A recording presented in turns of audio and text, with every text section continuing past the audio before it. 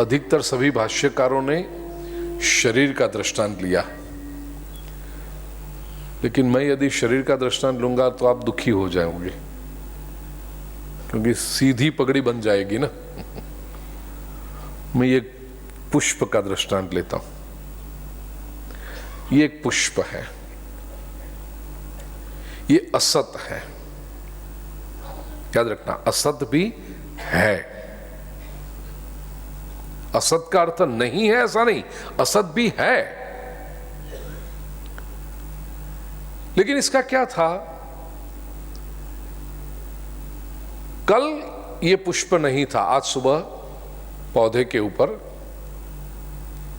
खिला था, आज सुबह खिला, कल होगा भी नहीं, अब कुछ चंद घंटों में मुरझा जाएगा ये। तो ये असत है, इसका आदि भी है, इसका अंत भी है, इसलिए असत है। अब आप कहोगे लेकिन अभी तो है ना। हाँ, लेकिन अभी जिसको हम कहते हैं है, वो भी प्रतिक्षण वो मुरझाने की दिशा में जा रहा है। इसकी है वाली कोई स्थिति है ही नहीं। It's like a flowing river, बहती हुई नदी की तरह है।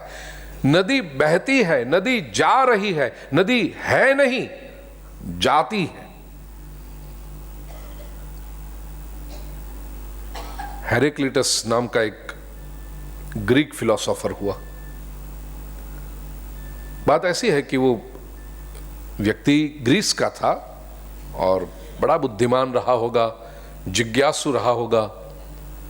उस समय वो भारत में आया अध्ययन के लिए। भारत पूरे विश्व का बौद्धिक केंद्र था, intellectual and spiritual epicentre Bharat था। विश्व भर से किसी को भी जीवन की श्रेष्ठता को समझना है, पढ़ना है, अनुभव करना है, तो उन्हें भारत ही आना पड़ता था।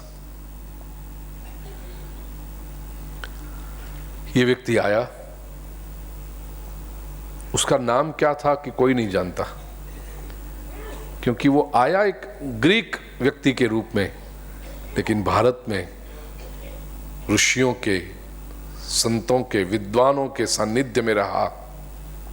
विविध विद्यापीठों में, तपोवनों में उसने अध्ययन किया।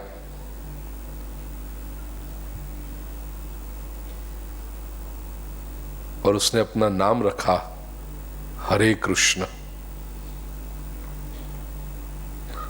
जब लौटा ग्रीस में, तो यहां से तो हरे कृष्ण बन के गया था वो, लेकिन ग्रीक लोग हरे कृष्ण बोल नहीं सके, याद नहीं रख सके, तो हरे कृष्ण का ग्रीक भाषा में हो गया हेरेक्लिटस। बहुत बड़ा विचारक है हेरेक्लिटस। उसका बहुत प्रसिद्ध सूत्र है, you can not step twice in the same river. एक ही नदी में आप 2 बार पैर नहीं रख सकते। क्यों? क्योंकि नदी बह रही है प्रतिक्षण। अब जब नदी में स्नान करने जाता हो, तो जिस नदी में आपके पैर का तलवा जा रहा है और घुटना जा रहा है, वो नदी अलग है। कितना पानी निकल गया, तो तलवा कोई एक पैर में, एक नदी में गया, घुटना दूसरे में जाता है, कमर कोई तीसरी नदी में जाता है, छाती वाली जो जहां जाती है वो नदी अलग है, और डुबकी जो आप लगाते हैं वो कोई 5वीं ही नदी है। फिर भी आप बाहर आके क्या कहोगे, मेरे दादाजी ने जिस गंगा में स्नान किया था ना, मैंने भी वहीं पर स्नान। अरे दादाजी के जाने के बाद गंगा कितनी बह गई, billions of gallons of water बह गया। लेकिन आप कहोगे दादाजी ने भी यहीं पर स्नान किया था, मैंने भी यहीं पर किया। तो ये सातत्य कौन सा है? ये प्रवाह सातत्य है। बह रही है नदी, तो जा रही है, लेकिन हम कहोगे वही नदी, वही नहीं। इससे संसार भी प्रतिक्षण जा रहा है। गच्छति इति जगत, संसरति इति संसार। सैंड क्लॉक है ना वो, रेत प्रतिक्षण गिर रही है। तो है तो कुछ नहीं, सब जा रहा है।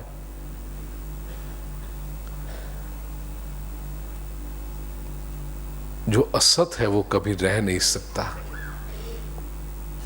जो जा रहा है उसको मानना कि वो रुके और उसमें अपने सुख की अपेक्षा बांधे रखना, यही बेईमानी है, यही अज्ञान है।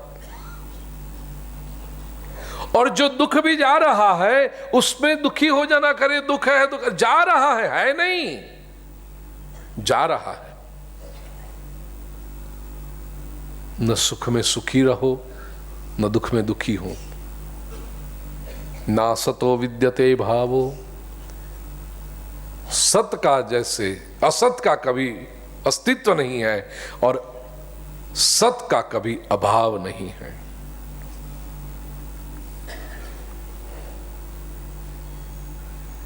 उभयोरपि दृष्टोन्तः तत्वदर्शी भी। तत्वदर्शी जो है 11वें श्लोक में जिसको पंडित कहा था, फिर 13वें और 15वें श्लोक में जिसको धीर कहा, उसी को यहां 16वें श्लोक में तत्वदर्शी कहा है। तत्वदर्शी ने अंत देखा है, और अंत देखा है इसलिए वो उससे विचलित नहीं होता है।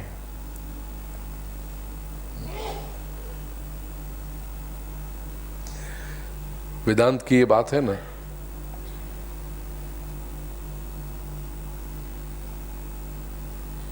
स्वामी रामसुखदास जी गीता के ऊपर बड़े मूर्धन्य विद्वान, बड़े सात्विक संत, उनका ये अभिप्राय रहा कि ना सतो विद्यते भावो ना भावो विद्यते सतः। ये 16 अक्षरों में पूरे वेद, वेदांत, उपनिषद, पुराण, शास्त्रों का निष्कर्ष इसमें आ गया। इतनी बात व्यक्ति यदि समझ ले, और इसको एकदम सरल भाषा में यदि मैं कह दूं, जो नहीं है वो कभी रह नहीं सकता। जो झूठ है, जो असत्य है, जो अस्थिर है, जो नाशवंत है, जो परिवर्तनशील है, वो कभी रह नहीं सकता, वो जाएगा। और जो सत्य है, जो शाश्वत है, जो सनातन है, उसका कभी अभाव नहीं हो सकता, वो कहीं जा नहीं सकता। सृष्टि के इस सिद्धांत के ऊपर यदि श्रद्धा स्थिर हो जाए,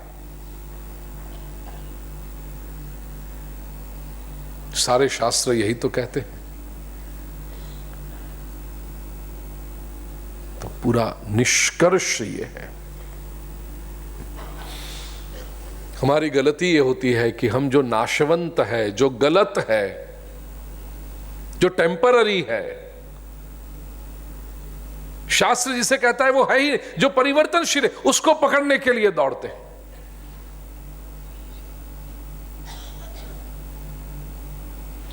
और जो असल में है उसको छोड़ देते हैं। संबंध जब टूटता है ना, तो व्यक्ति क्या करता है पता है? जो अपना है,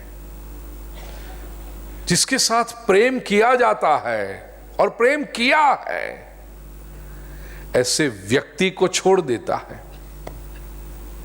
और जो नाशवंत है, अब इसके पास से पैसे कितने मिलेंगे, इसके पास से प्रॉपर्टी कितनी मिलेगी,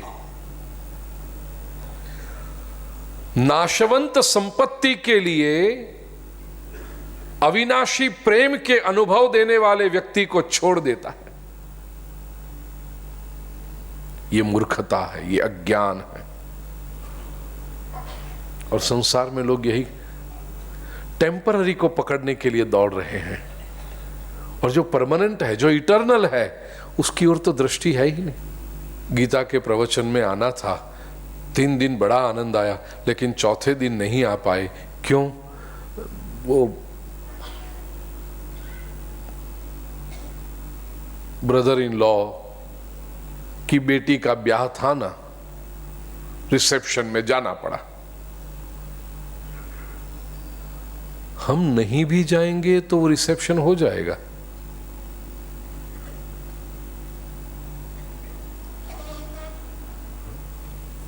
आप में से कोई गए होंगे या जाना चाहते होंगे, टोपी मत पहनना, और पहननी होगी तो मैं कर भी क्या सकता हूं, और मैंने ये कह भी दिया, अब आप भी क्या कर सकते हो। मैं एक चॉइसेस की बात करता हूं। कदम कदम पर यदि हम सोचें, हम किसको पकड़ने के लिए क्या छोड़ रहे हैं,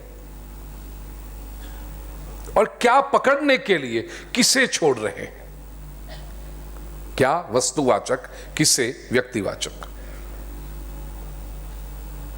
क्या पाने के लिए किसे छोड़ रहे हैं। ये जो सौदा हम कर रहे हैं, क्या हम सही हैं?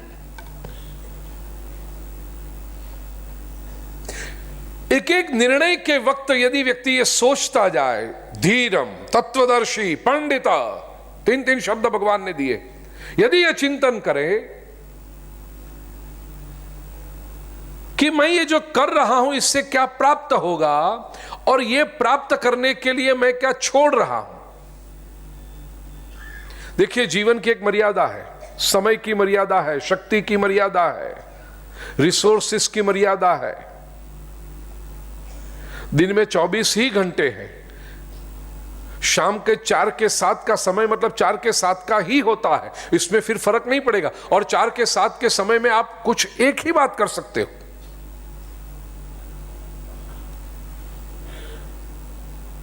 यदि गीता के प्रवचन में आओगे तो बाजार में नहीं रहोगे, यदि बाजार में रहोगे तो रिसेप्शन में नहीं जा पाओगे, यदि रिसेप्शन में जाओगे तो किसी स्वजन से मिलने नहीं जा पाओगे। कुछ तो सिलेक्ट करना होगा ना। Life is ultimately a matter of choices, one after the other, we have to choose. और ये जो चॉइसेस हमने की, वो कौन सी की? क्या हमने सत्य के लिए चॉइस की है या असत्य के लिए चॉइस की है? प्रयत्न तो दोनों में लगेगा। ऐसा मत समझना कि असत्य के लिए पुरुषार्थ करोगे तो प्रयत्न, मेहनत नहीं पड़ेगी, समय नहीं जाए, उसके लिए भी समय तो देना ही पड़ता है।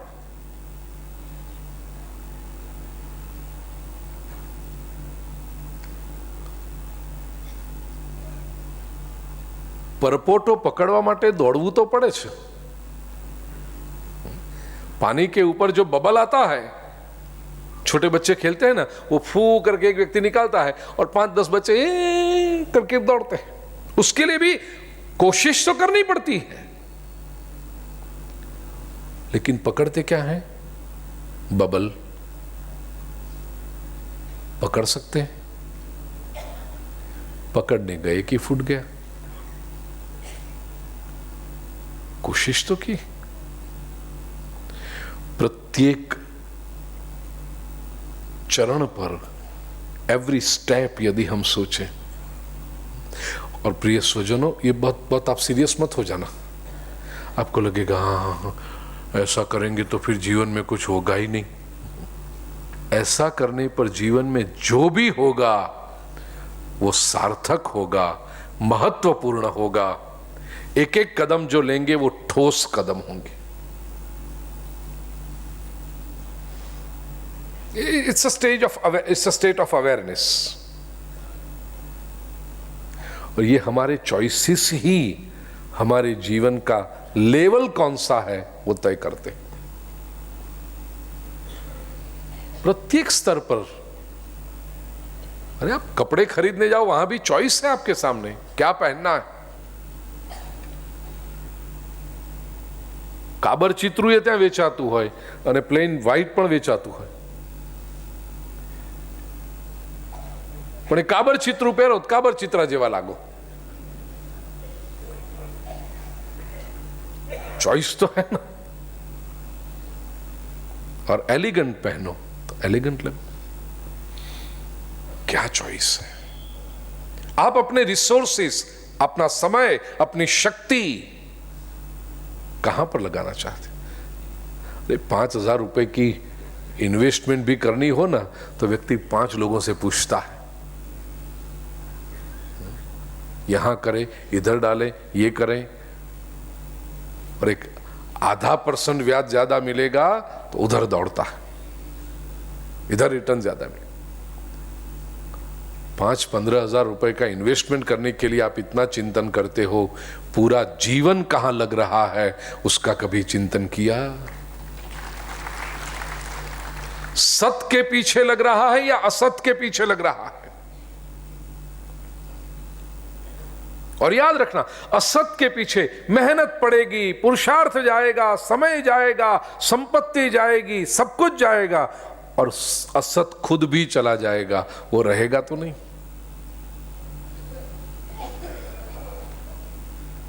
सत के पीछे जो लगाया वो हुतंच दत्तंच सदैव तिष्ठति. कर्ण कहता है, कितना सुंदर प्रसंग है महाभारत में.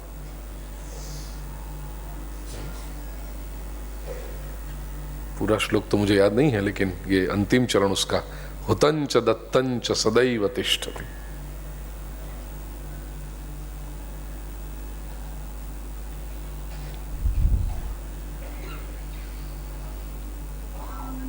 महाभारत का युद्ध निश्चित हो गया है. इंद्रदेव को पता है अर्जुन इंद्र का पुत्र है. इंद्र की उपासना से कुंता को अर्जुन की प्राप्ति हुई है. इंद्रदेव को पता है अर्जुन को मार यदि कोई सकता है तो केवल कर्ण मार सकता है. और अर्जुन के लिए कर्ण को मारना मुश्किल इसलिए होगा कि सूर्य पुत्र है कर्ण, और सूर्य नारायण ने कर्ण को कवच और कुंडल दिए हैं. ये कवच से कर्ण की रक्षा होती है. अपने पुत्र अर्जुन की रक्षा हो, वो विजयी हो, इसलिए इंद्र ने एक योजना बनाई, ब्राह्मण का रूप लेकर के कर्ण के द्वार पर पहुंचे भिक्षा मांगने के लिए. और कर्ण दानेश्वरी था, जो भी आए, जो भी मांगे, कर्ण ने कभी किसी से ना नहीं कही. इंद्र जब ब्राह्मण बन के आ रहे थे, सूर्य नारायण को पता चल गया, सूर्य भी अपने पुत्र से स्नेह करते हैं. सूर्य नारायण ने जाकर कर्ण को चेतावनी दे दी, कर्ण आज एक ब्राह्मण तेरे द्वार पर आएगा, भिक्षा मांगने के लिए पहले वचन पर कहेगा कि तुम दोगे मुझे, हां मत करना. क्यों? वो इंद्र होगा, ब्राह्मण के रूप में आएंगे इंद्र, और तेरे कवच कुंडल मांगेंगे. कर्ण ने कहा सूर्य नारायण से, कैसे मैं ना कहूं, मेरी प्रतिष्ठा है दानेश्वरी के रूप में. और आप कहते हो कवच और कुंडल जाने से मेरी शक्ति चली जाएगी, और शक्ति कम होने की वजह से मेरे प्राण चले जाएंगे. वो तो ऐसे भी जाने हैं. इस संसार में सब कुछ चला जाता है. 3 बातें उसने कर्ण ने कही है, धन चला जाता है, रूप चला जाता है, अरे उम्र होने पर विद्या भी चली जाती है, स्मृति थोड़ी नष्ट होने लगती है. तो याद देखो, ये श्लोक पूरा याद नहीं आ रहा है. प्रामाणिकता से कबूल करो ना, उसमें छुपाऊं क्यों मैं, नहीं आ रहा है याद. लेकिन अंतिम चरण में श्री कर्ण कहता है, हुतंच दत्तंच सदैव तिष्ठति. तने कहूं तुम शोधवानो, वो मिला था मेरे पास, लिखा है लेकिन याद नहीं रहा. यज्ञ में जिसकी आहुति दी है, इसका अर्थ यज्ञ, मैंने पहले भी कहा, भगवान कृष्ण के यज्ञ का अर्थ केवल स्वाहा स्वाहा नहीं, टू शेयर।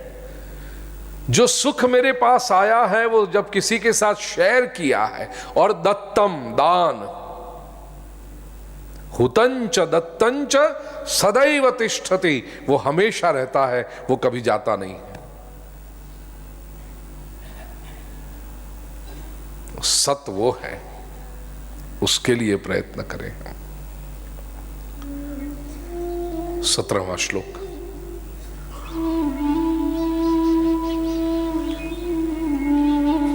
अविनाशी तो तद्विद्धि येन सर्वमिदं ततं। विनाशमव्ययस्यास्य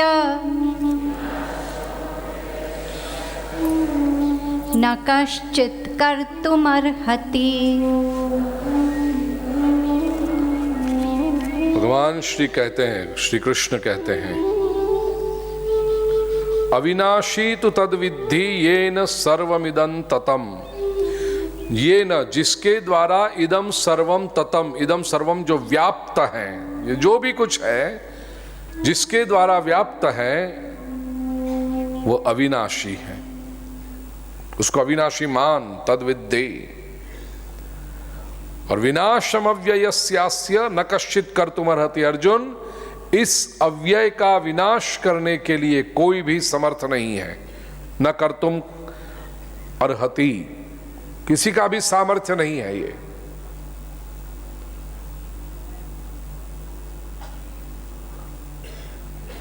आगे के श्लोक में जो सत और असत की बात कही है, इसी के लिए इस श्लोक में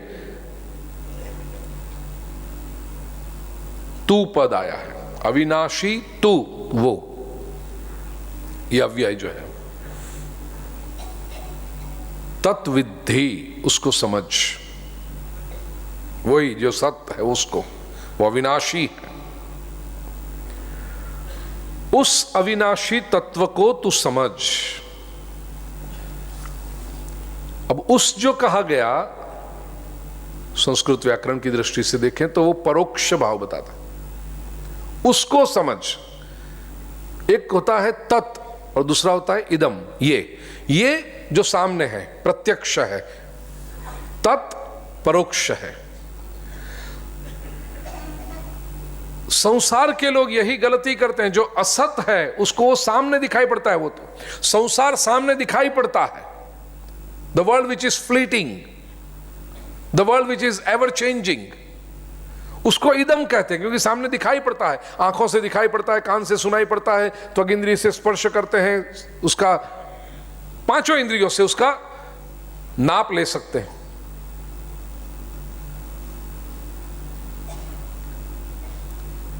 और जो असल में ये सारे असत को व्याप्त करके इदम सर्वम ततम, उसको हम परोक्ष समझते हैं। हाँ, वो तो भगवान कहीं होंगे ना, बाद में मिलेंगे ना। असल में वो इदम है, क्योंकि सूत्रे मणिगणा इव, सभी में है रहा हुआ। उसको समझ। भगवद गीता का अध्ययन करोगे मेरे प्रिय स्वजनों, तो ऐसे तो बहुत छोटा ग्रंथ है, 700 श्लोक ही है, 18 अध्याय ही है। ये न सर्वमिदं ततम, ये चरण पूरे 8 अक्षर का भगवद गीता में 3 बार आया है। पहली बार ये दूसरे अध्याय के 17वें श्लोक में, ये न सर्वमिदं ततम। दूसरी बार 8वें अध्याय के 22वें श्लोक में, पुरुषस्य परः पार्थ भक्त्या लभ्यस्त्वनन्यया यस्यान्तस्थानि भूतानि येन सर्वमिदं ततम्। ये न सर्वमिदं ततम, जिसके द्वारा ये पूरा विश्व व्याप्त है, और यस्यन्तस्थानि भूतानि, जीव मात्र जिसके अंदर रहे हैं, ऐसे उस परम तत्व को, उस पुरुषस्य परः, वो परः पुरुष को, वो परम पुरुष को हे पार्थ भक्त्या लभ्यस्त्वनन्यया, अनन्य भक्ति से ही प्राप्त कर सकते हैं। तो ये इन सर्वमिदं ततम 8वें अध्याय का 22वां श्लोक। और अंत में भगवद गीता के उपसंहार में 18वें अध्याय के 46वें श्लोक में फिर से यही बात, यतः प्रवृत्तिर्भूतानां येन सर्वमिदं ततम स्वकर्मणा तमभ्यर्च्य सिद्धिं विन्दति मानवः। यतः प्रवृत्तिर्भूतानाम, जिसके द्वारा, जिसमें से ये जीव मात्र की प्रवृत्ति होती है, और ये न सर्वमिदं ततम, जिसके द्वारा ये संपूर्ण व्याप्त है, उसको कैसे पूजा करें? स्वकर्मणा तमभ्यर्च्य। ये 46वें श्लोक के आगे के जो श्लोक हैं, वहां पर भगवान श्री कृष्ण ने चारों वर्णों के कर्म बताए हैं। ब्राह्मण का कर्म क्या है, क्षत्रिय का कर्म क्या है, वैश्य का क्या है, शूद्र का क्या है, और कहा कि जो जो अपना कर्म है उस कर्म से स्वकर्मणा तमभ्यर्च्य। भगवान की पूजा की सामग्री कौन सी है? अबील, गुलाल नहीं, तो अपने कर्म। Work is worship. जीवन में जो भी कर्म करो, जो भी आश्रम व्यवस्था के अनुसार, संजोग के अनुसार जो भी कर्म आपके सामने उपस्थित है, वो कर्म से उस परम तत्व की उपासना करो जिसके द्वारा ये सारा व्याप्त है। यतः प्रवृत्तिर्भूतानां येन सर्वमिदं ततम स्वकर्मणा तमभ्यर्च्य, और ये करने से ही सिद्धिं विन्दति मानवः, उसी से मनुष्य को सिद्धि प्राप्त होती है। तो 3 बार एग्जैक्टली कॉपी पेस्ट ये चरण, दूसरे अध्याय का 17वां श्लोक, 8वें अध्याय का 22वां श्लोक और 18वें अध्याय का 46वां श्लोक। ये न सर्वमिदं ततम, ये तीनों बार किस अर्थ में आया? आत्मा और परमात्मा के रूप में आया। यहां पर आत्मा के रूप में आया, अविनाशी तो तद्विद्धि येन सर्वमिदं ततम, जिसके द्वारा ये सर्वव्याप्त है उसको तू अविनाशी समझ। आत्मा, जीवात्मा के रूप में आया, आत्मा के रूप में आया। 8वें अध्याय के 22वें श्लोक में परमात्मा के रूप में आया। पुरुष स परः पार्थ भक्त्या लभ्यस्त्वनन्यया,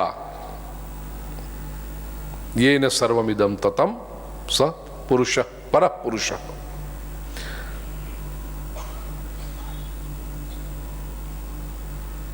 एक और चरण कह दूं, यदि आपके पास, आप विद्यार्थी बनकर आए हैं और पूरी गीता लेकर आए हैं, तो केवल श्रोता बन के आए हैं तो कैडिला परिवार की भगवत गीता का दूसरा अध्याय आपके हाथ में होगा, 9वें अध्याय में।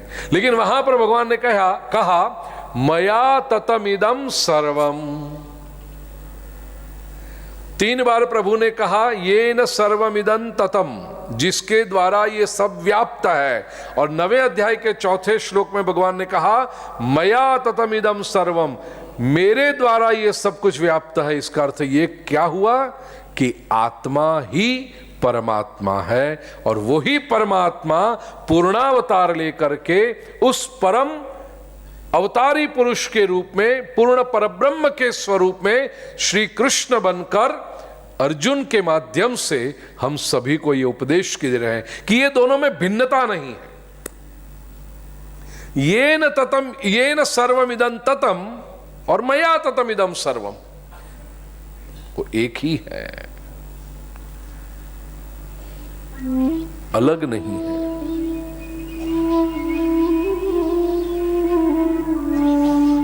अविनाशी है और इस अविनाशी का विनाश करने में कोई भी समर्थ नहीं है,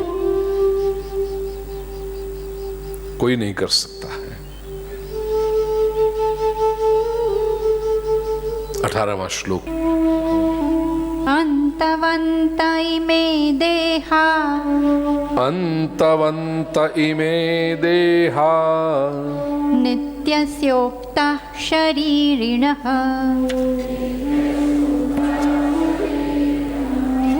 अनाशिनो प्रमेयस्य अनाशीनो प्रमेयस्य तस्माद् युध्यस्व भारत तस्माद् युध्यस्व भारत। अर्जुन, इमे देहा अंतवन्तः, ये जो सारे देह है ना, सारे शरीर है, वे सब अंतवंत हैं। तू ये सोचता है कि भीष्म द्रोण को तू मारेगा? अर्जुन, तू नहीं मारेगा तो भी ये मरने वाले हैं।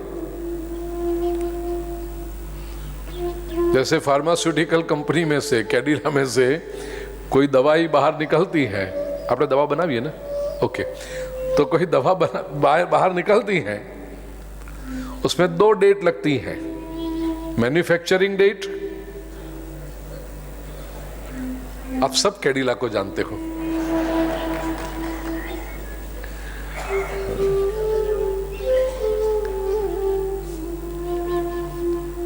थोड़ा ब्रांडिंग कर लेना भाई।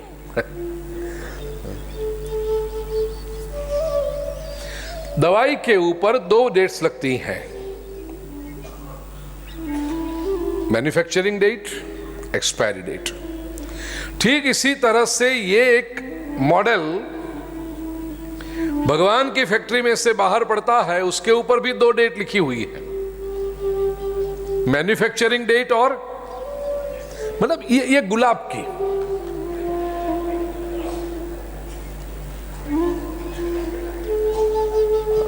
कई लोगों को चिंता हो जाती है, क्या ये सुना दे, हम तो उसको भूलना चाहते हैं। मैन्युफैक्चरिंग डेट यदि भूल जाओगे तो चलेगा, लेकिन एक्सपायरी डेट तो स्पष्ट दिखनी चाहिए।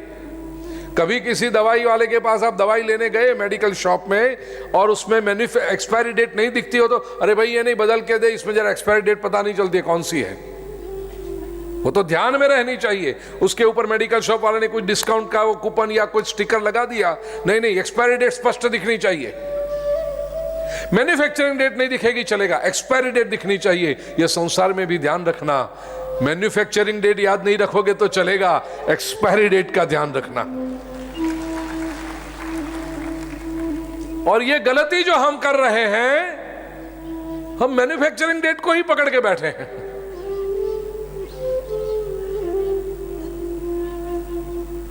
बस उसी के मौज मनाए जा रही है, केक कटे जा रहे हैं, मोमबत्तियां बुझाई जा रही हैं, नाचना गा। क्यों भाई? उसको भूल जाओगे चलेगा, एक्सपायरी डेट को याद रखना, उसमें बुद्धिमानी है।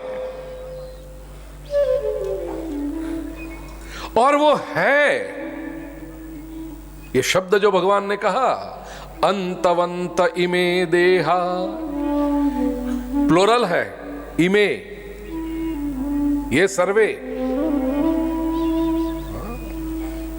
देहा, अंतवंत। ये शब्द भी मजे का है शब्द। जिसके पास धन हो उसको हम क्या कहते हैं? धनवंत। नाम है ना सब हमारे गुजराती और हिंदी भाषा में। धनवंत है मतलब उसका धन, उसके पास बहुत धन है, निश्चित बात है वो। जिसके पास यश हो उसको हम क्या कहते हैं? यशवंत। जिसके पास बल हो उसको हम क्या कहते हैं? बलवंत। जैसे जिसके पास निश्चित रूप से धन है वो धनवंत है, जिसके पास निश्चित रूप से बल है वो बलवंत है, जिसके समाज में निश्चित रूप से यश है वो यशवंत है। बलवंत, धनवंत, यशवंत हम बने या न बने, लेकिन जन्म लेकर आए हैं तो निश्चित रूप से हम अंतवंत हैं। श्री कृष्ण कहते हैं अंतवंत इमे दे।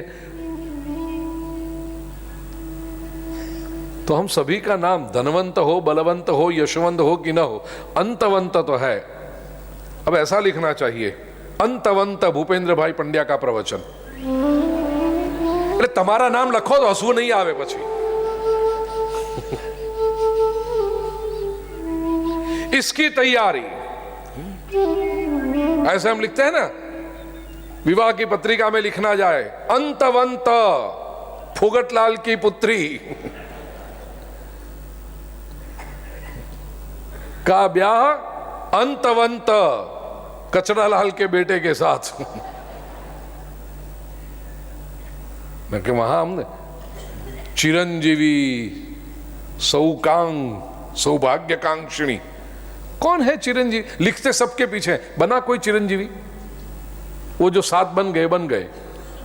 अश्वत्थामा बलिर्व्यासो हनुमांश विभीषण कृपः परशुरामश्च सप्तैते चिरंजीवी, और 8वें मार्कंडेय ऋषि। बाकी के सबके आगे तो यही लिखना चाहिए अंतवंत, क्योंकि वो है हम। अंतवंत इमे देहा, ये सारे जो देह हैं वो अंतवंत हैं, लेकिन उसके अंदर जो आत्मा है वो अविनाशी। नित्यस्योक्ता शरीरिणः, जो शरीरी है, देह अंतवंत है, लेकिन जो देही है उसके अंदर रहने वाला जो, वो कैसा है? अनाशी, अनाशी ना, उसका नाश नहीं होता, अविनाशी है, अप्रमेय है। अप्रमेय का अर्थ उसका प्रमाण नहीं दिया जाता। ये आज के युग में जरा, आज का युग कैसा है, सबको प्रमाण चाहिए। नहीं, आप जो कहते हो ना, हमको प्रूफ दो, हमारी बुद्धि में उतरना चाहिए। अभी तेरी बुद्धि कितनी, प्रमाण दो, नहीं मिलेगा प्रमाण। और प्रमाण नहीं है इसलिए वो तत्व नहीं है, ऐसा मत मानना। अप्रमेय है। और शास्त्र जो कहता है कि जो अप्रमेय हो, इसका प्रमाण, अच्छा ये भी मैं कह दूं, हाँ, प्रमाण नहीं है, नहीं है इसका अर्थ है इसमें कि प्रूफ नहीं है, नहीं, प्रूफ है, लेकिन आप जिस माध्यम से प्रमाण मांगते हो उस माध्यम का प्रमाण प्रूफ नहीं है। हम कौन से माध्यम से मांगते हैं? हमारे मन में, यानी हमारे विचारों में बैठना चाहिए, हमारी बुद्धि में बैठना चाहिए। ये मन और बुद्धि से पकड़े जाए ऐसा प्रमाण इसका नहीं है। तो जिस लेवल पर, जिस साधनों से आप प्रमाण मांगते हो, वो साधन का प्रमाण नहीं मिलेगा। उदाहरण के लिए कहूं, हवा है, नहीं हमें प्रमाण दो। कौन सा प्रमाण?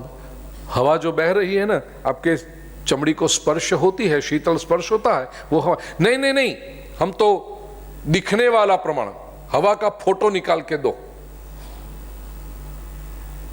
कैमरा में जो फोटो दिखाई पड़े हम उसी को मानेंगे। अब आपने ये आग्रह रखा कि हवा का फोटो लाके दो, आ सकता है, प्रमाण है, लेकिन अलग प्रमाण है। वो अलग प्रमाण क्या है? बहती हुई हवा आपके स्पर्श करेगी, आपको शीतलता का अनुभव होगा, आप कह सकते हो हवा है। फोटो में प्रमाण नहीं मिल सकता, लेकिन आप पकड़ के बैठे। ऐसे प्रमेय क्या है? प्रमेय का अर्थ जो मन से, बुद्धि से, इंद्रियों से पकड़ में आए उसको कहते हैं प्रमेय। प्रमेय नाप सको, मेजर कर सको, वो लेवल का नहीं मिलेगा। तो जिस साधन से आप प्रमाण मांग रहे हो उस साधन की मर्यादा है। जिसका प्रमाण मांगते हो उसकी मर्यादा नहीं। हवा की मर्यादा नहीं है, कैमरे की मर्यादा है कि कैमरा हवा का फोटो नहीं ले सकता। और यदि आपको प्रमाण चाहिए, प्रूफ चाहिए, तो आपका साधन बदलो।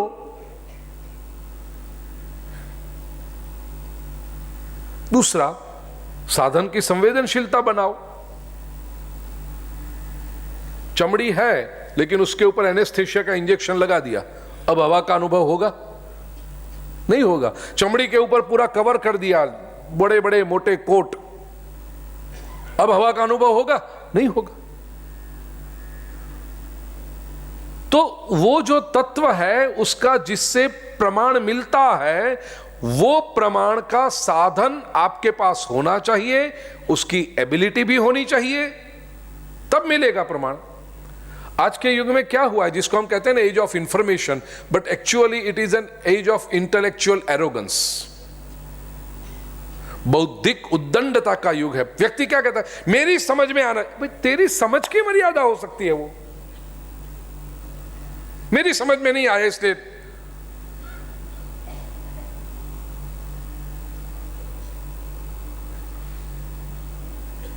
कोई यहां पर आकर के ग्रीक कवि, ग्रीक पोएट, उसकी अच्छी से अच्छी कविता का पठन करे और हम में से किसी को ग्रीक ना आती हो तो हम क्या कहेंगे? बोर करे, बेचारा अच्छी कविता पढ़ रहा है। यही कविता यदि वो ग्रीस में पढ़ता तो तालियां बजती, सम्मान मिलता उसको, स्टैंडिंग ओवेशन मिलता उसको, और हम उसको टाइम बिगाड़ रहा है। अब वो ग्रीक कविता को हमारी समझ में नहीं आए इसलिए वो व्यर्थ हो गया आदमी, बेकार हो गया वो आदमी? नहीं, उसकी तो क्षमता है, लेकिन उसकी क्षमता को समझने की हमारे पास क्षमता नहीं। अब एक अपरिचित भाषा में यदि कुछ बात कही गई हो, वो हम नहीं समझ सकते हमारी बुद्धि से, तो परम तत्व को समझने का ये उद्दंडता हम कैसे बताते हैं? और हम नेगेट भी कर सकते हैं, हमारी समझ में नहीं आता इसलिए भगवान नहीं है। ये बौद्धिक उद्दंडता है। हमारे शास्त्र कहते हैं जब प्रमाण नहीं मिलता हमें, तो श्रद्धा रखनी चाहिए। किसके पर श्रद्धा रखें?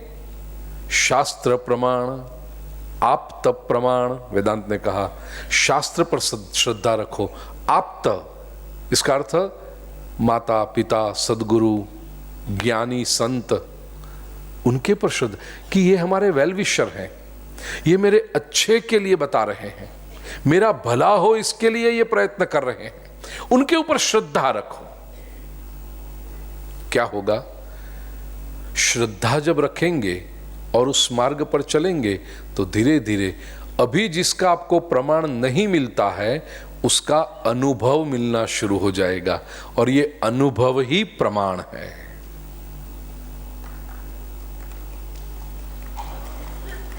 और जब अनुभव हो गया उसके बाद आरंभ की जो बोरोड श्रद्धा थी उसकी आवश्यकता नहीं होगी, क्योंकि वह अभी आपकी अनुभूति हो गई, इसलिए वो बात इतनी दृढ़ हो जाएगी कि कोई और भी आपके ऊपर श्रद्धा रख सकता है।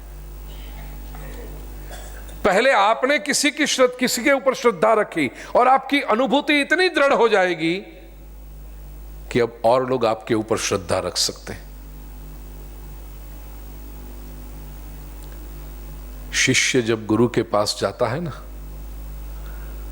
तो केवल श्रद्धा लेकर जाता है। वो मेरे गुरुदेव हैं, जो मुझे कहेंगे वो सही होगा मेरे लिए।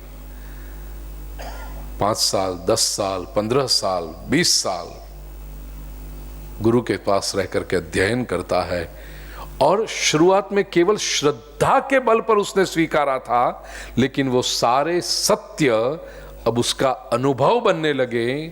तो क्या हुआ?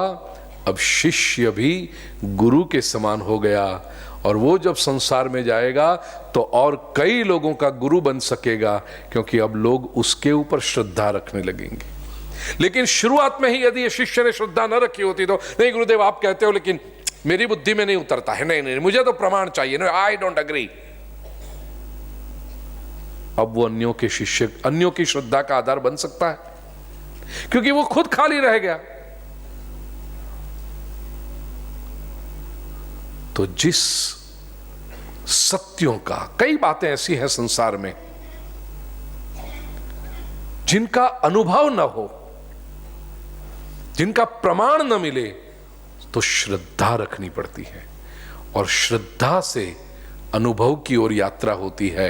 अनुभूति होने के बाद दृढ़ता आती है, जो दृढ़ता अन्यों के लिए श्रद्धा बनती है। एक छोटा, ये बात ऐसे तो स्पष्ट हो गई है, आप सब सुज्ञ श्रोता हैं, बहुत बड़े समझदार श्रोता है, फिर भी एक सांसारिक दृष्टांत देकर के इस बात को समापन करके अगले श्लोक की ओर चलें। आजकल के समय में जो संघर्ष हो रहा है, माता पिता को बच्चे जब जवान हो रहे हैं, संतान पुत्र हो पुत्री हो कोई भी, ब्याह करना एक बहुत बड़ी टेंशन का बात समय बनकर 22, 23, 24 साल की उम्र हो तो माता पिता सोचते हैं कि अब इस दिशा में निर्णय कुछ लो बेटा तुम। No, I am not prepared. 28, 30, 32 साल हो जाए फिर भी आई एम नॉट प्रिपेयर्ड। क्यों? प्रपोजल आते हैं, दिखाते हैं, मुझे नहीं लगता, I don't think I will be happy. ये श्रद्धा नहीं है। क्यों? वे बुद्धि से सोचते हैं। युवती सोचती है युवक कैसा है, युवक सोचता है ये युवती कैसी है। बुद्धि से जब आप इमोशन के बारे में सोचते हो, नहीं सोच सकोगे, कभी आपकी बुद्धि आपको सहकार नहीं देगी, क्योंकि बुद्धि का तो कर्तव्य है डाउट करना, बुद्धि का कर्तव्य है चैलेंज करना। बुद्धि से भला कोई प्रेम में पड़ सकता है? बुद्धि है, बुद्धि तो इन्वेस्टिगेटिंग ऑफिसर की तरह है, वो हर एक को डाउट करेगी।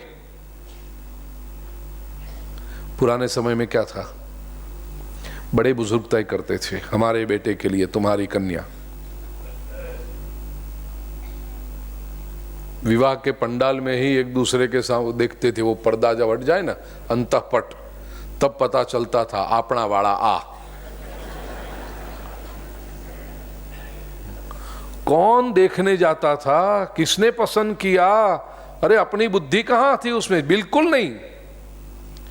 लेकिन बड़ों की बुद्धि, वो क्या था, श्रद्धा थी। मेरे चाचा जी ढूंढ के लाए हैं ना, अच्छा ही होगा, मेरे मामा पसंद करके लाए हैं ना, अच्छा ही होगा, ये रिश्ता मेरी बुआ की ओर से आए ना, ओ आई लव माई बुआ, बुआ तो कितनी अच्छी है, वो तो अच्छा ही बताएगी ना। पूरा जीवन निकल जाता था। समस्या होती होंगी लेकिन सॉल्व भी हो जाती थी। अब ये अपनी बुद्धि से सोच सोच के करते हैं, और फिर क्या होता है वो मुझसे अधिक आप जानते हैं।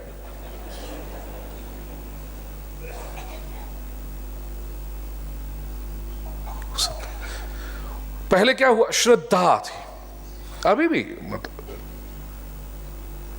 सात्विक प्रेम यदि हो जाए तो श्रद्धा बैठती है कि no, this is the person for me, और श्रद्धा रख के आप आगे चलते हो। और वही सात्विकता जब बनी रहे तो जीवन सुखी होता है। समस्या आती है, सॉल्व भी हो जाती है। मेरा व्यक्ति है,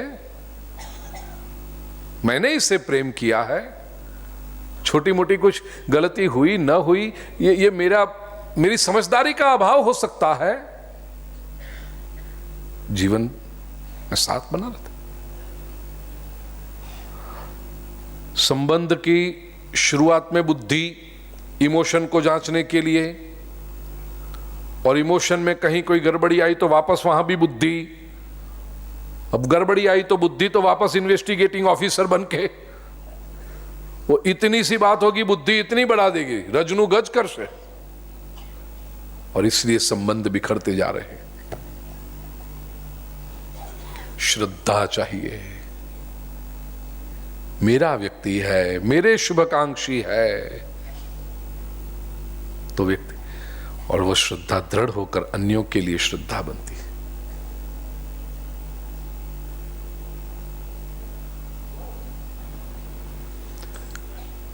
अनाशीनो प्रमेयस्य तस्माद् युध्यस्व भारत।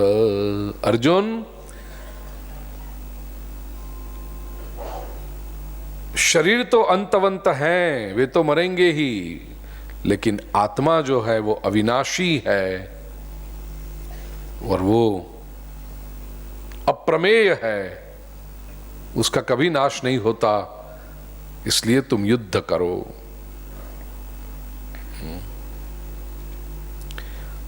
और थोड़ा सा इसमें चिंतन करें तो जो शरीर नाशवंत है, अंतवंत है, उसको हमने अपना मान रखा है। हमने अपने आप को किसमें रखा है? शरीर में रखा है।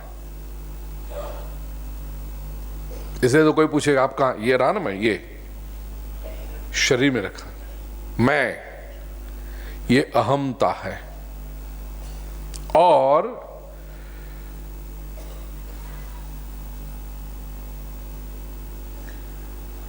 शरीर को जो भी अपने है वहां रखा है, इससे ममता निर्माण होती है।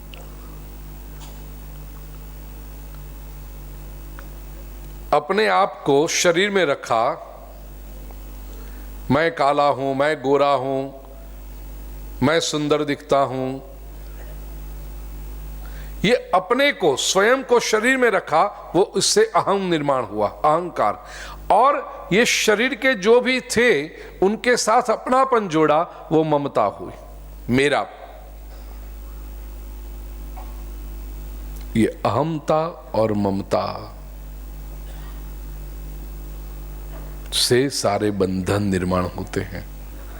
शरीर भी जड़ है, शरीर के संबंध भी जड़ है, और ये जड़ में अहमता ममता रखी, इसलिए अंत में रोना ही आता है, क्योंकि ये शरीर और उसके सारे संबंध जड़ है, अंतवंत है। जिसने सत के साथ, शाश्वत के साथ संबंध रखा, वो ही अमृतत्वाय कल्पते, वो अमृतत्व को प्राप्त करता है। 19वां श्लोक। य एनं वेत्ति हन्तारम्, य एनं वेत्ति हन्तारम्, यश्चैनं मन्यते हतम्, उभौ तौ न विजानीतो, नायं हन्ति न हन्यते। य एनं वेत्ति हन्तारम्, जो इस आत्मा को, इस अविनाशी देही को हन्तारम वेत्ति, मारने वाला समझता है, च, और यह एनम हतम मन्यते, जो इसको मरा हुआ समझता है, मानता है, मन्यते। उभौ तौ न विजानीतो, तौ उभौ, वे दोनों नहीं जानते। नायम हन्ति न हन्यते, अयम न हन्ति न हन्यते। ये जो आत्मा है वो न तो मरता है न हन्ति, पहला न मारता है न मरता है, न मारा जाता है। आत्मा अविनाशी है, इसको कोई, वो किसी को नहीं मारता और न वो किसी से मरता है। तो जो कहेगा कि ये मर रहा है या तो ये मार रहा है, वो जानता नहीं है, वो अज्ञानी है। अर्जुन के सामने युद्ध का प्रसंग है, इसलिए भगवान श्री कृष्ण ये मरने मारने की बात कहते हैं। वास्तव में ये आत्मा किसी भी क्रिया से रहित है। आत्मा न कुछ करता है न कुछ करवाता है। आत्मा केवल ऊर्जा देता है। इसका विश्लेषण आगे आएगा, ये चर्चा मैं अभी नहीं करूंगा, क्योंकि आगे वाले आने वाले अध्याय में ये बात की चर्चा अर्जुन ही प्रश्न पूछेगा भगवान से। आत्मा केवल होता है, अविकारी है, वो न कोई काम वो करता ही नहीं, वो केवल होता है।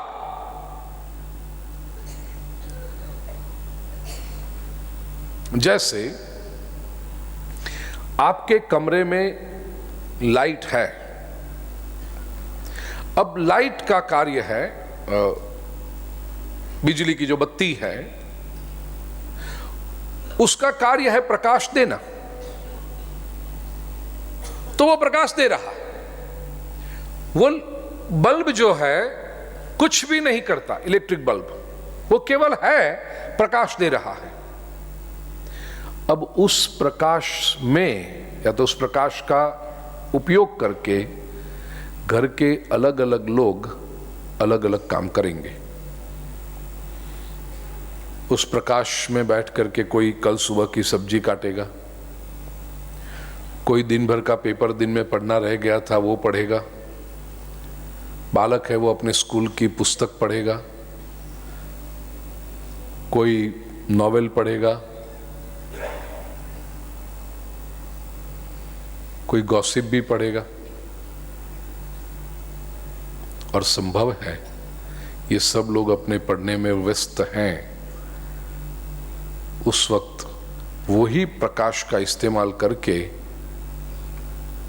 घर का नौकर कोई छोटी मोटी वस्तु चुरा के चला जाए,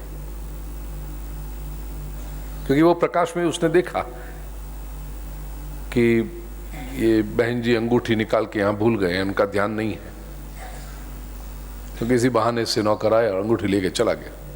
सब नौकर ऐसा नहीं करते, किस तरह। अब जो और दादी माँ है वो बैठ के श्रीमद् भागवत या रामायण या भगवत गीता का ग्रंथ भी पढ़ रही हैं, शिव पुराण देवी पुराण पढ़ रही हैं। प्रकाश, ये धार्मिक ग्रंथ पढ़ने वाली दादी माँ के जाके पीठ नहीं थपथपाएगा, और जो चोर अंगूठी चुरा के ले जा रहा था, प्रकाश वो बिजली का बल्ब उसका हाथ नहीं पकड़ेगा, ए क्यों चुरा के जा रहा है। प्रकाश केवल है, उसका उपयोग करके क्या करना ये प्रत्येक व्यक्ति का अपना अधिकार है। कर्मण्येवाधिकारस्ते, दूसरे अध्याय का 47वां श्लोक। वो तुम्हारा अधिकार है। क्यों है, कैसे है, 47वें श्लोक पे पहुंचेंगे तब बात करूंगा। वो अधिकार है, तुम प्रकाश पकड़ने नहीं आता। ठीक इसी तरह परमात्मा जो है, आत्मा है, वो एक ऊर्जा है, एक चैतन्य है, वो है, प्रत्येक के भीतर है। हम जी रहे हैं, हम श्वास ले रहे हैं, हमारे भीतर ब्लड सर्कुलेशन हो रहा है, यही प्रमाण है कि आत्मा है, वह ऊर्जा है। अब हम उसका क्या करते हैं? It is totally our. गलत काम करोगे तो एक बार बैठ करके आत्मा अंदर से सूचना दे देगी, ये गलत है, मत कर, ऐसा बता देगी आत्मा की आवाज, अंतरात्मा की आवाज। यदि वो आवाज सुन ली और आप रुक गए, भाग्यशाली है। उस आवाज को नहीं सुना, उसे रौंद कर चले गए, तो आत्मा आपका हाथ पकड़ने नहीं आएगी। फिर आत्मा कहेगी अब फल भुगतने के लिए तैयार रहना, be ready for the consequences. तेरे पास ये अधिकार था, तूने अधिकार का उपयोग कर लिया। तो यहां पर जो कृष्ण कहते हैं, अर्जुन है, लड़ने की बात है, रण मैदान पर खड़े, इसलिए कहते हैं नायम हंति न हन्यते। लेकिन केवल ये हंति और हन्यते को ही मत पकड़ना, इन जनरल आत्मा न तो करता है न कारयिता। ये शास्त्र के शब्द, ये बिल्कुल शास्त्र की टर्मिनोलॉजी। न करता है न कारयिता है।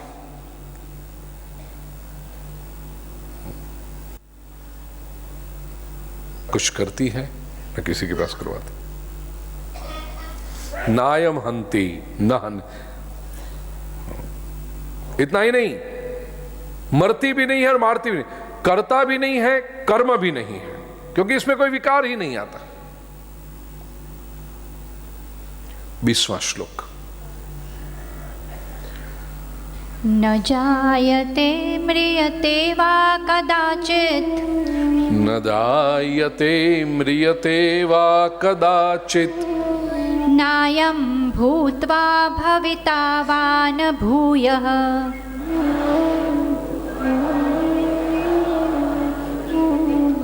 अजो नित्यः शाश्वतोऽयं पुराणो,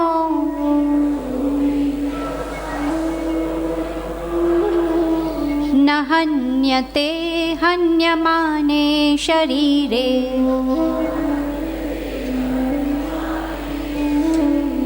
19वें श्लोक में जो कही बात, वही बात को फिर से,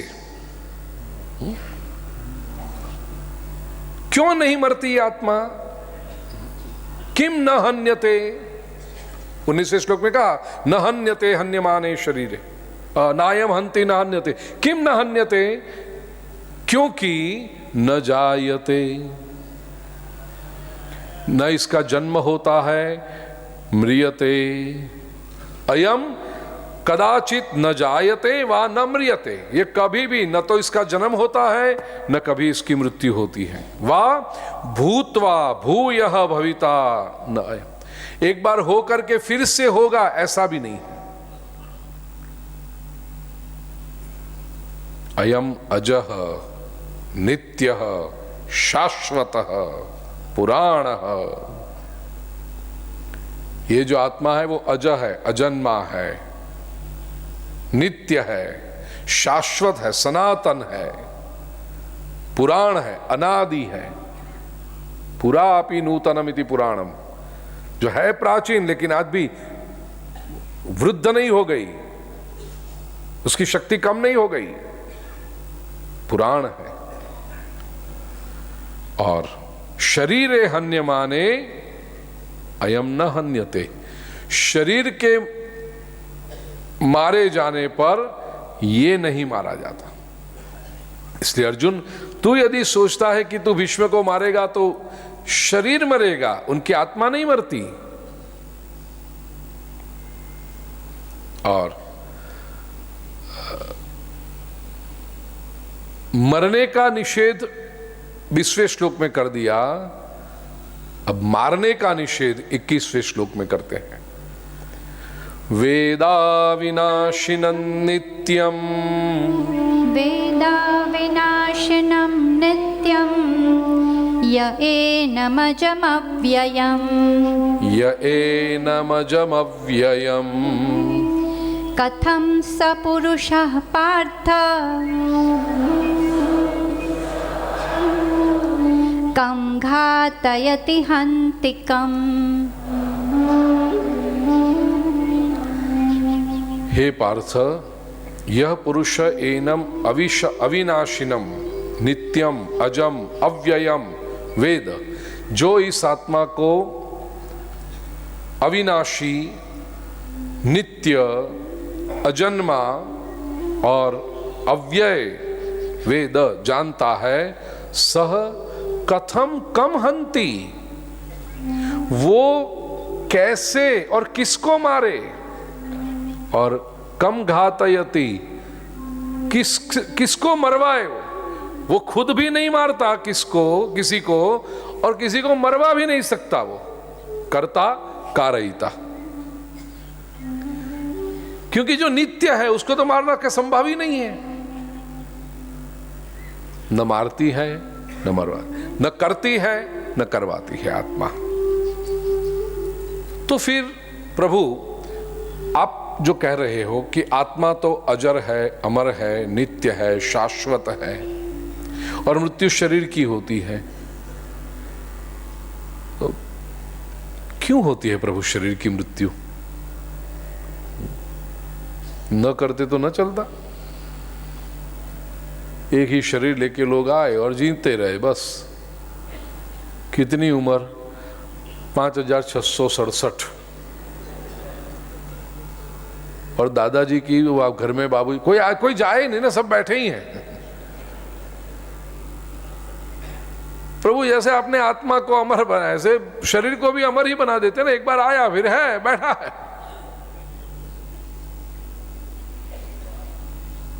कितना अच्छा होता अच्छा नहीं होता। मृत्यु भी एक आवश्यकता है।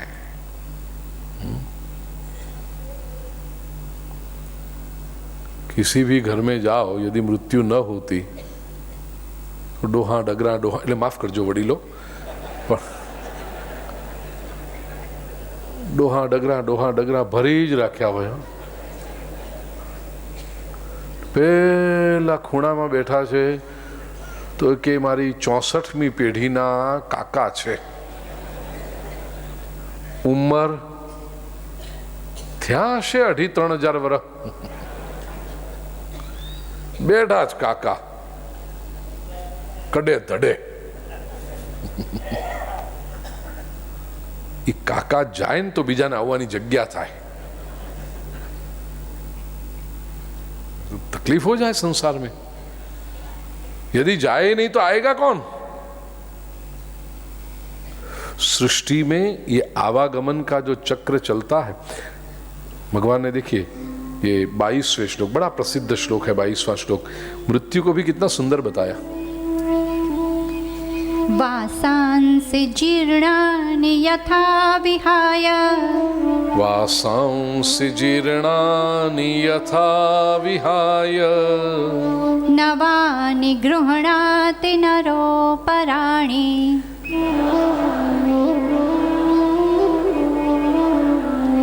तथा शरीराणि विहाय जीर्णान्, शरीराणि विहाय जीर्णानि अन्यानि संयाति नवानि देहि, संयाति नवानि देहि। जीर्णानि अन्यानि मिलकर हुआ जीर्णान्यन्यानि। तो बड़ा प्रसिद्ध श्लोक है, आप हर दूसरे दिन वर्तमान पत्र में इसको देखते होंगे। ये श्लोक जब भी कोई प्रतिष्ठित व्यक्ति, किसी श्रीमंत व्यक्ति का देहांत होता है तो क्वार्टर पेज एड में आता है, उसमें हमेशा ये श्लोक बड़ा पॉपुलर है। वासांसि जीर्णानि यथा विहाय, वासांसि वस्त्र कपड़े, जैसे कपड़े पुराने पड़ जाए उसको छोड़कर, विहाय छोड़कर, नवानि गृह्णाति नरोपराणि, उपराणि अपराणि, जैसे नर अपराणि नवानि गृह्णाति, व्यक्ति दूसरे नए वस्त्र पहन लेता है, पुराने वस्त्रों को छोड़ करके जैसे नर व्यक्ति नए वस्त्रों को पहन लेता है, ऐसे ही तथा शरीराणि विहाय जीर्णानि, जीर्णानि शरीराणि विहाय, पुराने पड़ गए शरीरों को छोड़ करके अन्यानि संयाति नवानि देहि, ये जो आत्मा है वो अन्य शरीर को संयाति, उसमें चला जाता है। पूरे संस्कृत का जो वफादार है के अर्थ करें, संयात जाता है, उसमें सम्यक रूपेण याति, उसकी ओर जाता है, वो उसमें प्रवेश कर जाता है, नए शरीर में चला जाता है। मृत्यु को कितना सरल कर दिया, मृत्यु का डर ही निकल गया।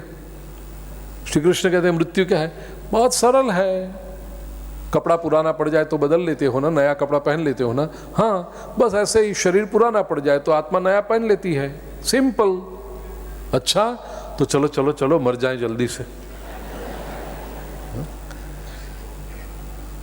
ताकि नया, क्योंकि नया वस्त्र पहनने का आनंद सुख सभी को होता है।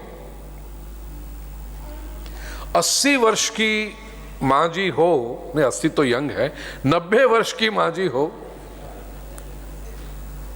80 तो स्टाइलिश होती है,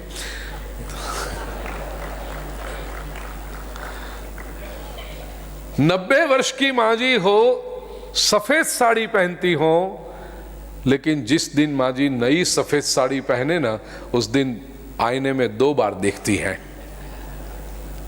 नई है। नए वस्त्र की प्रसन्नता सभी को होती। यदि नया वस्त्र पहनने में प्रसन्नता है तो नया शरीर धारण करने में दुख क्यों है?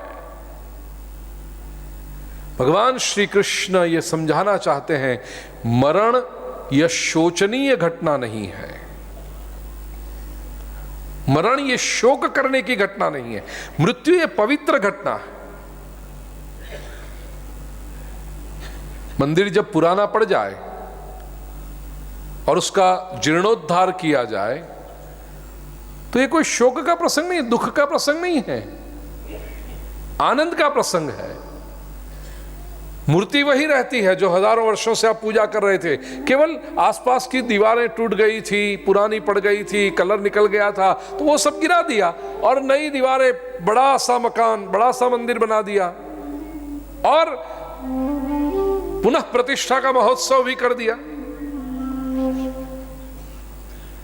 ठीक इसी तरह ये आत्मा रूपी देव तो वही रहता है, लेकिन शरीर रूपी मंदिर जब पुराना पड़ जाता है तो उस पुराने मंदिर को छोड़ के नया सुंदर मंदिर बन जाए, ये मृत्यु जीर्णोद्धार का प्रसंग है, दुख की बात नहीं। एक अमेरिकन ऑथर ने मृत्यु को, ये भगवान श्री कृष्ण के ही विचारों से प्रेरणा लेकर कहा, पुस्तक का कवर बदलने की प्रक्रिया है, to change the book cover. पता है, हम स्कूल में पढ़ते थे, इंस्पेक्शन आता था तो बुक्स को कवर चढ़ा देते। पहले तो जब स्कूल जाना शुरू हुआ, जून में जब स्कूल खुलती थी तब नई नई बुक्स सब आई हैं तो उसको एक कवर लगा देते थे जो साल भर चलता था। और एनुअल एग्जाम, वार्षिक परीक्षा आने से पहले इंस्पेक्शन आता था 10 मार्क का, तो उसमें बुक्स कैसी रखी है, नोट्स कैसी है, कैसे स्वच्छ है, और डेट अनाउंस की, इंस्पेक्शन इस दिन आएगा। तो उस दिन क्या करते थे, जून में जो कवर चढ़ाया तो स्वाभाविक है पूरा पड़ गया, पुराना पड़ गया, फट गया। तो इंस्पेक्शन के पहले, जब साल पूरा होने वाला है, अभी तो परीक्षा आने वाली है, इंस्पेक्शन से पहले वापस नए नए कवर चढ़ा दो ताकि इंस्पेक्शन के मार्क अच्छे मिले। बस जन्म लेकर आए थे, कवर पहना दिया, चोला शरीर का, और अब जीवन जब पूरा होने आया, परीक्षा मृत्यु रूपी आई। मृत्यु क्या है, कवर बदल दो बुक के, अंदर की इंफॉर्मेशन तो वही रहती है, उसमें कोई परिणाम चेंज नहीं होता, केवल कवर बदल दिया। तो मृत्यु एक प्रसन्न घटना है, शोचनीय घटना नहीं है, चिंता करने की घटना नहीं।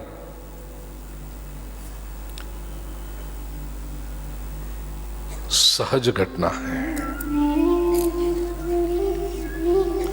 एक प्रश्न ये होता है, ये बात तो समझ में आई कि शरीर जब पुराना पड़ जाए आत्मा उसे बदल ले, बात समझ में आती है। छोटी उम्र में जब मृत्यु हो जाए तो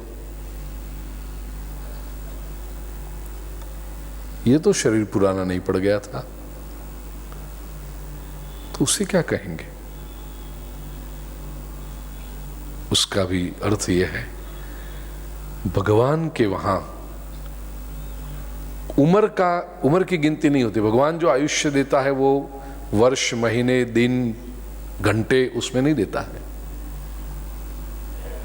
भगवान जो आयुष्य देता है श्वास में देता है। और वस्त्र पुराना पड़ा है कि नहीं पड़ा है वो दूसरा व्यक्ति तय नहीं करता, वो पहनने वाला तय करता है। समाज के विविध स्तर के लोगों को आप मिलो, देखो, आपके वहां दुकान पर काम करने वाला एक मजदूर है जो बोझ उठा के जाता है यहां से वहां, वहां से यहां। इंसान है, वो भी आदमी है।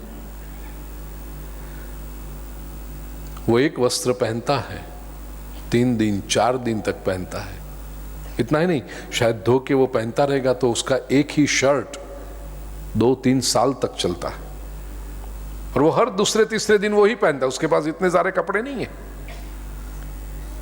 उसको एक शर्ट 3 साल तक चलती है। फट भी गई तो उसको सी के, ज्यादा फट गई तो उसके ऊपर वो पैच लगा के थिगड़ू मारी ने वो चलाता है। और आप वाइटनेस भी जरा कम हो गई ना तो आप उस शर्ट को निकाल देते हो। 7-8 बार पहन लिया, अब उसकी जो वाइटनेस है वो नहीं रही, निकाल दो। बिल्कुल फटा नहीं है, कुछ भी उसको हुआ नहीं है, आपने निकाल दिया। हाँ, क्यों? अरे भाई, जैसे लोगों से मिलते जुलते रहते हैं, समाज के जो लेवल पे हम हैं, ऐसे ऑफ वाइट नहीं पहन सकते। निकाल लिया आपने, सुविधा थी आपके पास, आपका चॉइस ऐसा था, आपने तय किया। और आपने 6 महीने में मुश्किल से 6-7 बार पहना हुआ शर्ट निकाल के आपके नौकर को दे दिया, या नौकर ने जाकर के गांव में दे दिया। गांव वाला जो उसके खेत में काम करने वाला है, पागल होते हैं ये सेठ लोग। अकल है क्या उसमें? इतना अच्छा शर्ट है, नए जैसा, निकाल दिया। सेठ लोग पागल नहीं हैं। सेठ को अपना जीवन कैसे जीना, उसके लिए कौन सा पुराना पड़ गया, वो तुझसे अधिक जानता है। वो एक उच्च कक्षा पर है, आर्थिक स्थिति में, सामाजिक स्थिति में, उसको बदल लेना पड़ता है। शरीर रूपी वस्त्र भी कब बदलना, वो आत्मा स्वयं तय करता है कि उसके लिए वो वस्त्र कब पुराना पड़ गया। बाहर बैठ के हमें कौन सा अधिकार कि वो नहीं वो जल्दी गया, वो उसको ये टाइम नहीं था जाने का, क्यों ऐसा हुआ? वो आत्मा जाने और प्रभु जाने। आश्चर्य शायद प्रभु को भी होता है। बालक स्कूल से रोज 4 बजे लौटता है, माँ उसके लिए सब तैयारी रखती है। जैसा ही बेटा स्कूल से आता है, तुरंत 4 बजे आया, आ गया बेटा, चलो चलो चलो जल्दी, हाथ पैर धो लो, यूनिफॉर्म बदल लो, कपड़े बदल लो, नाश्ता कर लो और जाओ बेटा खेलने जाओ थोड़ी देर बाहर कंपाउंड में। एक दिन ऐसा हुआ, बेटा 2 बजे आ गया। माँ पूछेगी, बेटा ये समय नहीं था तुम्हारे यहां आने का, 4 बजे लौटते हो तुम, 2 बजे कैसे आ गए? मम्मी ऐसा हुआ ना कि लास्ट 2 पीरियड जो टीचर के थे वो बीमार थे, तो उन्होंने छुट्टी दे दी, आ गया। अच्छा कोई बात नहीं, चल हाथ पैर धो ले, कपड़े बदल ले, नाश्ता कर ले, खेलने के लिए जा। यदि बेटा स्कूल से जल्दी लौटता है तो मां को चिंता होती है, वो कारण तो पूछती है, लेकिन कारण पता चल गया, कोई बात नहीं, चलो हाथ पैर धो, कपड़े बदल लो, नाश्ता कर लो, खेलने जाओ। ऐसे यहां से कोई पुत्र या पुत्री कम उम्र में सांसारिक दृष्टि से जल्दी लौट जाए भगवान के पास, तो वो भी तो मां है, पूछेगी ये समय नहीं था तेरा, जल्दी आ गया? हाँ, क्यों? प्रभु से कहेगा ये जीवात्मा, ऐसा हुआ ना, ऐसे रास्ता में क्रॉस कर रहा था, लेकिन स्पीड से कोई गाड़ी आई और एक्सीडेंट हो गया, या तो कोई ऐसी बीमारी लग गई, कोई इन्फेक्शन लग गया, डॉक्टर लोग डायग्नाइज ही नहीं कर सके, एक के बदले में दूसरी कुछ दवाई दे दी जिसकी मुझे एलर्जी थी, कोई ना कोई बहाना, जो भी कारण रहा होगा, प्रभु जान ले। अच्छा ऐसा हुआ?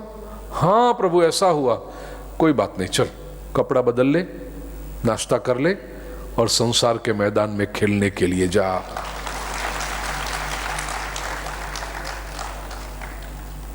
उस जीवात्मा को एक नया वस्त्र पहनाकर, नया शरीर दे करके, नई चुस्ती, नई स्फूर्ति, नई ऊर्जा दे करके भगवान हमारी सृष्टि में, शायद हमारे बीच में ही कोई अलग रूप में उस जीवात्मा को खेलने के लिए वापस भेज देता है। कहने का आशय मेरे प्रिय स्वजनों, मृत्यु शोक करने का विषय नहीं है। मृत्यु, जीवन एक अनंत यात्रा है, मृत्यु उसमें एक मंगल पड़ाव है। और तात्विक दृष्टि से देखें तो दो बातों से जीवन चलता है, जिसको हम कहते हैं जीवन, वो दो बातों से चलता है, इच्छा शक्ति और प्राण शक्ति, विल एंड एनर्जी।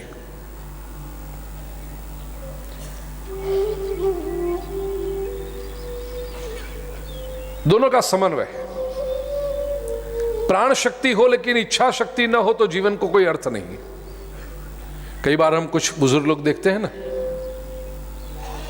90-95 की उम्र हो गई, या तो जीवन में ऐसी कुछ दुर्घटनाएं हुई तो बुजुर्ग को लगता है मुझे क्यों बिठा रखा है यहां, भगवान मुझे उठा लेते, मुझे अब नहीं जीना है, नहीं जीना है। उसकी जीने की इच्छा नष्ट हो गई। प्राण शक्ति है, मेडिकली जीवंत है ये व्यक्ति, लेकिन इच्छा नहीं है, तो उसके जीवन को कोई मतलब रहा। और इच्छा शक्ति है लेकिन प्राण शक्ति नहीं है। ये करना है, वो करना है, इधर जाना है, उधर जाना है, ग्रेट ग्रेट ग्रैंड डॉटर का ब्याह करना है, इच्छा बहुत है, प्राण शक्ति नहीं है। प्राण शक्ति चली गई, लोग सीधे अग्नि संस्कार करेंगे। फर्क केवल इतना है।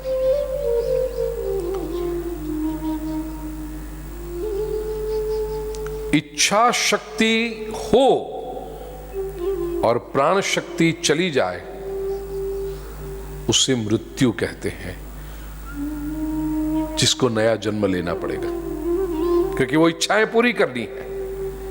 इच्छा शक्ति हो और प्राण शक्ति चली जाए तो नया जन्म होगा, मृत्यु, सांसारिक मृत्यु। और